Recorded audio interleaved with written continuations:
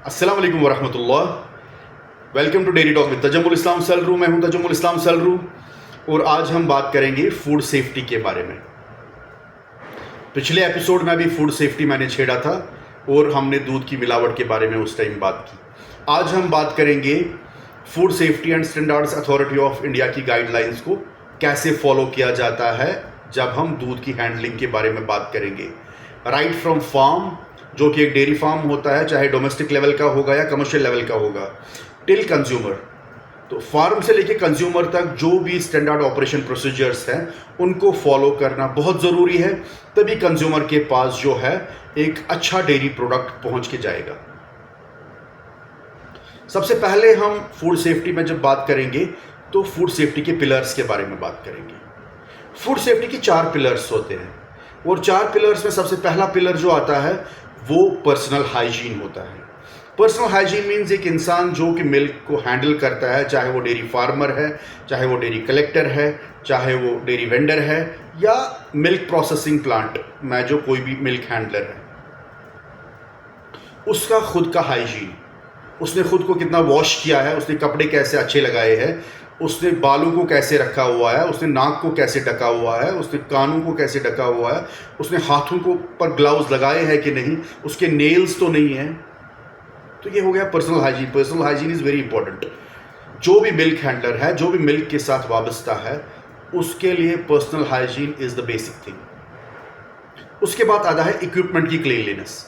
जो भी इक्विपमेंट के साथ वो वाबस्ता है, चाहे मिल्किंग मशीन होगी मिल्किंग के टाइम, या कलेक्शन लेवल में जो टैंक्स होते हैं, साइलोज होते हैं या कैन्स होते हैं या टैंकर्स होते हैं, उनका हाइजीन, या मिल्क प्रोसेसिंग प्लांट्स में कोई भी इक्विपमेंट, हर एक इक्विपमेंट जो है वो स्टेनलेस स्टील का ही होना चाहिए, क्योंकि वो अच्छे से वॉश होता है और उसमें जो है माइक्रोबियल ग्रोथ भी ज़्यादा नहीं होती है और वो साफ़ करना भी इजी रहता है। और फूड सेफ्टी जो गाइडलाइंस है उनके अकॉर्डिंग अगर हमें फूड के साथ करना है तो स्टेनलेस स्टील ही यूज़ करना है इक्विपमेंट, वो क्लीन होना चाहिए, वो ज़रूरी बात है। तो cleanliness of equipment number 2। Number 3 is जो वाटर होता है, क्योंकि हर एक साइकिल के बाद, चाहे मिल्किंग के बाद, वो वेसल या वो मिल्किंग मशीन जो है वो वाटर से क्लीन करनी पड़ती है। इसी तरह जो टैंकर होता है या मिल्क कैन होता है या मिल्क टैंक होती है वो भी वाटर से क्लीन करनी पड़ती है उसके बाद।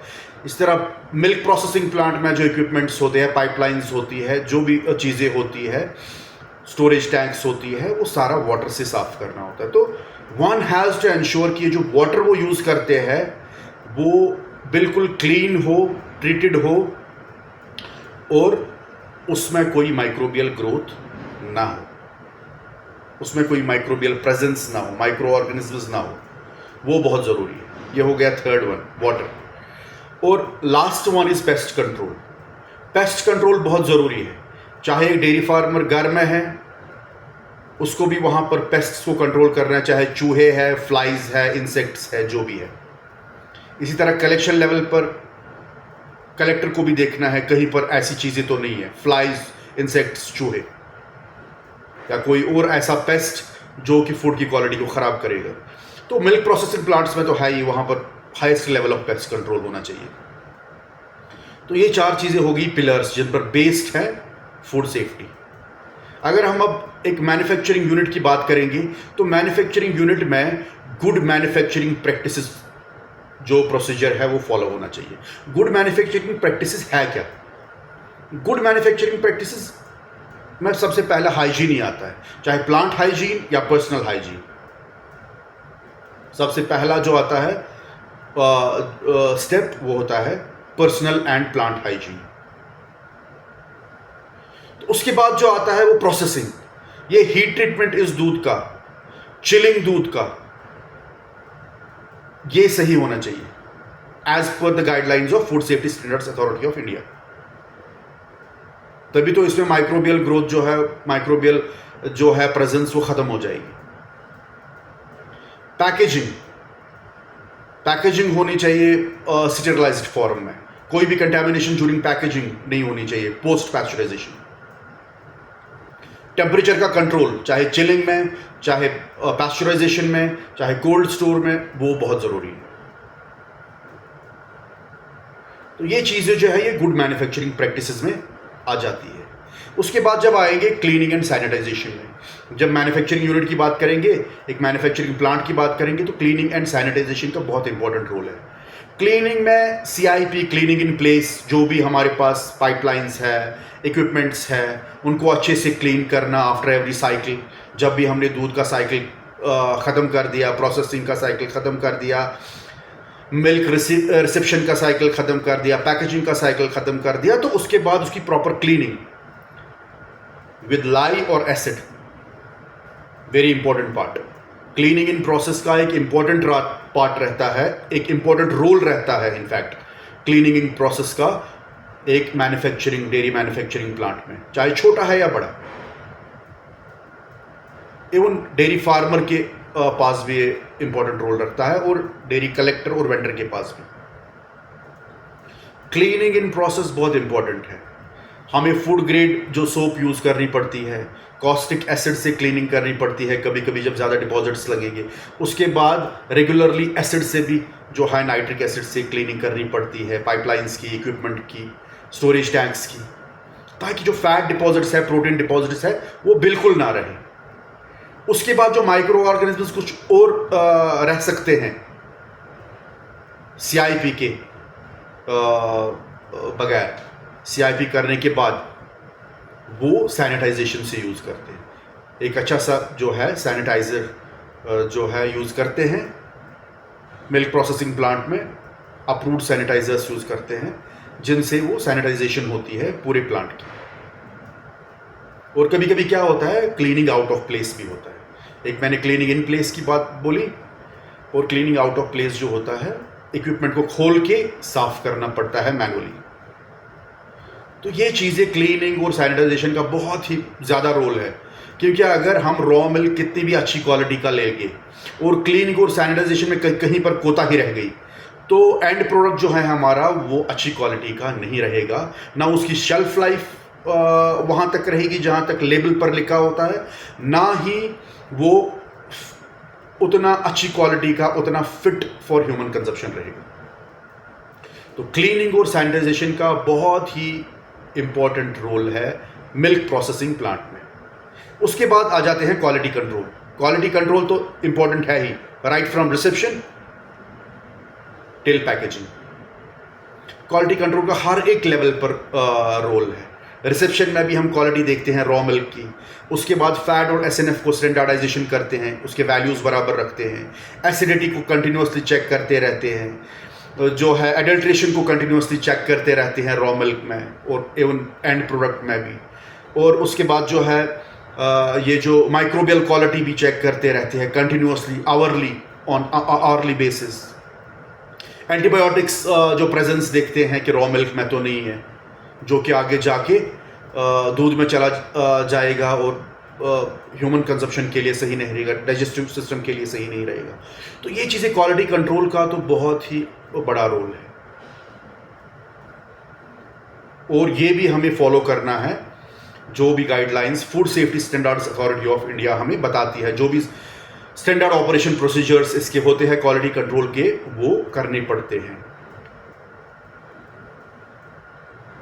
एक प्रोफिशिएंट केमिस्ट, एक प्रोफिशिएंट डेयरी टेक्नोलॉजिस्ट, एक प्रोफिशिएंट फूड टेक्नोलॉजिस्ट रखना पड़ता है इस काम के लिए, जो कि क्वालिटी को कंट्रोल करेगा। क्योंकि यहीं पर जो है डिफरेंस आ जाता है क्वालिटी कंट्रोल पर ही। अगर हम डेयरी प्रोडक्ट्स को का कंपैरिजन करेंगे तो क्वालिटी कंट्रोल का ही डिफरेंस आ जाता है बहुत बार। So quality control should be of the best in the industry. जब हमने ये सारी चीज़ें की, उसके बाद कोल्ड चेन को मेंटेन रखना पड़ता है। हमने पैकेजिंग भी की, अब हमने इस चीज़ को डेयरी या डेयरी प्रोडक्ट्स को कोल्ड चेन मेंटेन करनी है। 1 to 4 डिग्रीज में इसको रखना है, रेफ्रिजरेशन में रखना है, चाहे मिल्क प्रोसेसिंग प्लांट में, चाहे ट्रांसपोर्टेशन में, चाहे रिटेलर के पास या किसी भी स्टोर में। Now dairy product has to be kept in refrigeration, ताकि इसकी क्वालिटी जो है वो सही रहे, इसकी शेल्फ लाइफ जो है वो बराबर वहाँ तक रहे जहाँ तक कि लेबल पर लिखा हुआ है। अगर एक कोल्ड चेन मेंटेन नहीं रही तो शेल्फ लाइफ को हम एक्सपेक्ट नहीं कर सकते हैं कि वो बराबर होगी जो लेबल पर लिखा हुआ होता है। सो ये चीज़ें हैं जिनका दूध के काम में बहुत ही ध्यान रखना है, ज़रूरी है। और ये जो है these form the basics of food safety. तो आज हमने बात की फूड सेफ्टी के पिलर्स के बारे में, आज हमने बात की गुड मैन्युफैक्चरिंग प्रैक्टिसेस के बारे में, आज हमने बात की क्लीनिंग और सैनिटाइजेशन के बारे में, आज हमने बात की क्वालिटी कंट्रोल के बारे में, और एंड में हमने एक अहम चीज़ पर बात की, वो है कोल्ड चेन को मेंटेन रखना। और कंज्यूमर को मैं यहाँ पर बताना चाहूँगा कि कंज्यूमर को भी अवेयरनेस इतनी होनी चाहिए कि वो जब भी किसी शॉप से या स्टोर से ये डेयरी प्रोडक्ट लाएगा, खासकर दूध लाएगा या दही लाएगा या कोई भी डेयरी प्रोडक्ट लाएगा जिसमें रेफ्रिजरेशन मैंडेटरी है, बेहतर है कि वो रेफ्रिजरेशन से ही वो लाएगा। इस दुकानदार से पूछेगा कि जो रेफ्रिजरेटेड प्रोडक्ट उसके पास होता है वही लाएगा, डिस्प्ले पर जो प्रोडक्ट्स होते हैं वो ना लाए प्लीज़, क्योंकि उनकी क्वालिटी जो है वो अगर 4 डिग्री से ज़्यादा बढ़ गया होगा उनका इंटरनल टेम्परेचर उन प्रोडक्ट्स का, तो वो ख़राब हो सकती है उनकी क्वालिटी, और वो सेहत के लिए सही नहीं होते हैं। फिर जिस चीज़ के लिए, न्यूट्रिशन के लिए हम डेयरी प्रोडक्ट्स को लेते हैं, लेकिन अगर हम वो प्रोडक्ट लेंगे जो डिस्प्ले पर होगा, वो प्रोडक्ट लेंगे जो गर्मी में होगा, तो वो उल्टा सेहत के लिए हानिकारक रहता है। तो फूड सेफ्टी जो है मेंटेन रखना है इस फूड हैंडलर को, इस फूड प्रोसेसर को, right from beginning to end. और कंज्यूमर को भी ये चीज़ का ध्यान रखना है कि वो जो प्रोडक्ट लेगा मार्केट से वो रेफ्रिजरेटेड ही लेगा, और घर में भी अगर उसको रखना है तो रेफ्रिजरेशन में ही रखेगा, क्योंकि टेम्परेचर और क्लीनलीनेस, एक और बार मैं बोल रहा हूँ, इनका एक बहुत बड़ा रोल है डेयरी में। उम्मीद करता हूँ आज का जो एपिसोड रहा है वो दिलचस्प रहा होगा। तो लाइक शेयर सब्सक्राइब करना भूलिएगा नहीं। अगले एपिसोड में फिर से मिलेंगे, तब तक के लिए अल्लाह हाफिज़।